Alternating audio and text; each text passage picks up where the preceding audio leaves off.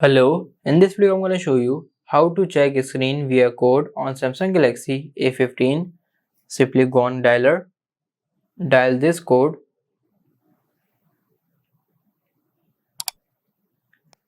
As you can see, multiple options are showing.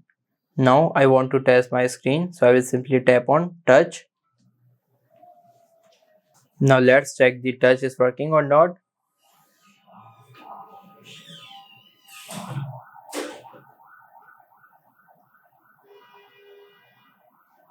This is how you can test your screen touch.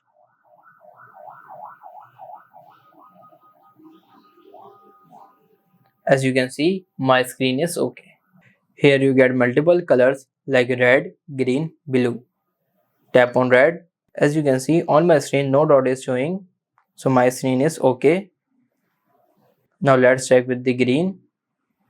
In the green color, no dot and spot is showing, so it means my screen is okay. So here are some other options to check your mobile phone. You can play around it. So this is how you can check screen via code on Samsung Galaxy A15. If this video helps you, like this video and subscribe the channel for more information like this.